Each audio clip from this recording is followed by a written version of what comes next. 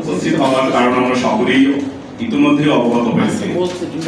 কয়েকটা বিষয় আসলে উল্লেখ করার মতো, যেটা না করলে আমাদের এই সংবাদ সম্মেলনের মেইন মেসেজটা সরকারের কাছে পৌঁছাবে না।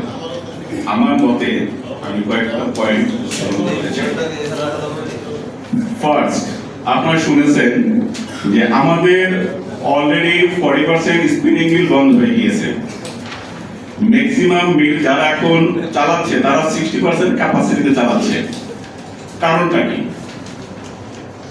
কারণ হলো আমাদের এখানে যারা সেলসের ভাইয়েরা আছেন তারা অবশ্যই আমার সঙ্গে একমত হবেন যে আমরা যখনই কোনো কাস্টমারের কাছে ইয়ার্ন সেল করতে যাই, তারা বলে ভাই আমরা এটা ইম্পোর্ট করি, আমরা এটা ওই দেশ থেকে ইম্পোর্ট করি, সেই দেশ থেকে ইম্পোর্ট করি। আমি দেশের নামগুলো বললাম না। তো সেক্ষেত্রে আমাদের যে সুতোগুলো আনসোল্ড থেকে যায়, বাট গার্মেন্টস এর মালিকরা, নিটিং এর মালিকরা তারা ইয়ার্ন কিনে বাহির থেকে, তারা বলে আমরা ইম্পোর্ট করি। এখন আমাদের দেশে পুরস্কার দেওয়া হয় কে হাইয়েস্ট গার্মেন্টস এক্সপোর্টার, কে হাইয়েস্ট ভ্যালু এডিশন করছে গার্মেন্টসে। আমার মনে হয় এখন সময় এসছে এইটা ফাইন্ড আউট করা যে কে হাইয়েস্ট ইম্পোর্ট করে, কোন গার্মেন্টস হাইয়েস্ট ইম্পোর্ট করে আমাদের দেশের অর্থনীতিকে ধ্বংস করতেছে। এটা এখন লিস্ট করার সময় আসছে। কারণ আমরা এখন বলি যে আমরা $50 বিলিয়ন এক্সপোর্ট করি। By it's true, it will be $100 billion, but we have to find out it. How many dollar we are passing through? $50 billion আমরা এক্সপোর্ট করি, বাট কত বিলিয়ন ডলার আমরা র মেটেরিয়াল কিনি, অ্যাকসেসরিজ কিনি, কত মিলিয়ন ডলার আমরা বাইরে পাঠাই, সেই ক্যালকুলেশন করার সময় আসছে এখন আমাদের। আমরা সবাই সার্ভাইভ করার জন্য যত রকমের ওয়ে আছে ফ্যাক্টরিকে টিকে রাখার জন্য আমরা চেষ্টা করতেছি। বাট আমাদের ইয়ার্ন যদি সেল না হয়, ইয়ার্ন যদি আসে বাইরে থেকে, তাহলে আমাদের চেষ্টাগুলো ব্যর্থ হয়ে যাচ্ছে। এমন নয় যে এখানে যারা আছে তারা কেউ মানে টেকনিক্যালি তাদের নো হাউ কম, তাদের সেলসের টেকনিক কম। নো, যার যার পজিশনে সবাই কিন্তু পারফেক্ট, বাট কেন আমরা পারছি না? আর এগুলো আসে বাইরে থেকে, সেটা বন্ধ করতে হবে। আদারওয়াইজ আমরা যদি এইখানে আজকে যারা আছি বা মানে যারা সাংবাদিক ভাই আছেন, তাদের মাধ্যমে সরকারের কাছে এই আবেদন পৌঁছাতে চাই, এই সেক্টর কিন্তু টেক্সটাইলের বা গার্মেন্টসের ব্যাকবোন। মাইন্ডে আপনার মেরুদণ্ড ভেঙে গেলে আপনি যেমন এখানে দাঁড়াতে পারবেন না, স্পিনিং ভেঙে গেলে আজকে গার্মেন্টস শিল্প দাঁড়াতে পারবে না। Please note down it and send this message to government.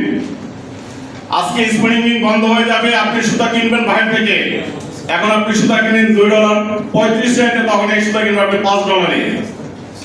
Garments আপনি এক্সপোর্টের সক্ষমতা হারিয়ে ফেলবেন, আপনি অর্ডার পাবেন না। আজকে আপনি ফ্যাব্রিক কিনেন $4.5, আমাদের দেশে উৎপাদন খরচ $5.5। আজকে স্পিনিং বন্ধ হয়ে যায়, এই ফ্যাব্রিক আপনার কিনতে হবে $6.5, $8। আপনি উৎপাদন সক্ষমতা হারিয়ে ফেলবেন, আপনি কম্পিটিশনের সক্ষমতা হারিয়ে ফেলবেন। গার্মেন্টস আপনার লাইন বন্ধ যাবে। গার্মেন্টসে যারা ওনার আছেন, যারা এই ট্রেডের সঙ্গে রিলেটেড, ভাই আপনাদেরকে সবিনয় নিবেদন জানাচ্ছি, আবেদন জানাচ্ছি, দেশীয় শিল্প রক্ষা করেন। এটা ভাবেন না যে বাইরে থেকে এনে আপনারা এখন যেভাবে আছেন এটা সারা জীবন চলতে পারবেন। একবার যদি স্পিনিং বন্ধ হয়ে যায়, আমাদের উইভিং মিলগুলো বন্ধ হয়ে যাবে, আমাদের নিটিং মিলগুলো বন্ধ হয়ে যাবে। তখন কোথা থেকে ফ্যাব্রিক আসবে? সব বাইরে থেকে আসবে, আর তখন আমাদের পুরো সেক্টরটা ধ্বংস হয়ে যাবে। সুতরাং গভর্নমেন্টের কাছে মেসেজ, ভাই যারা সাংবাদিক আছেন তাদের কাছে রিকোয়েস্ট, মেসেজ পৌঁছেন যে আজকে আমরা খুব নর্মালি একদম জেন্টলি ভাবে আমরা সরকারের কাছে আবেদন জানাচ্ছি। যদি ওনাদের খুব সুন্দর একটা গাইডলাইন আসে এই সেক্টরকে বাঁচিয়ে রাখার জন্য, ওয়েল অ্যান্ড গুড, আমরা যার যার কর্মক্ষেত্রে ফিরে যাব।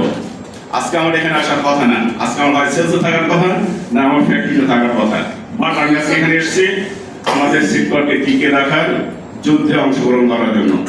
যুদ্ধ শুরু হলো, যদি সরকার এটা শুরুতেই আমাদেরকে আমার দাবি দেওয়া মেনে ফ্যাক্টরিটাকে বা সেক্টরকে টিকিয়ে রাখে, ওয়েল অ্যান্ড গুড। বাট যদি সেটা না হয়, স্টেপ বাই স্টেপ আমরা ধীরে ধীরে আরো বেশি সংশ্লিষ্ট হব, আরো বেশি আমাদের শ্রমিক ভাইয়েরা সংশ্লিষ্ট হবে। তখন কিন্তু সরকার বাধ্য হবে আমাদের সেক্টরকে টিকে রাখার জন্য আমাদের প্রস্তাবনাগুলো রয়েছে সেগুলো ইমপ্লিমেন্ট করতে। ধন্যবাদ সকলকে। আসসালামু আলাইকুম রহমতুল্লাহ।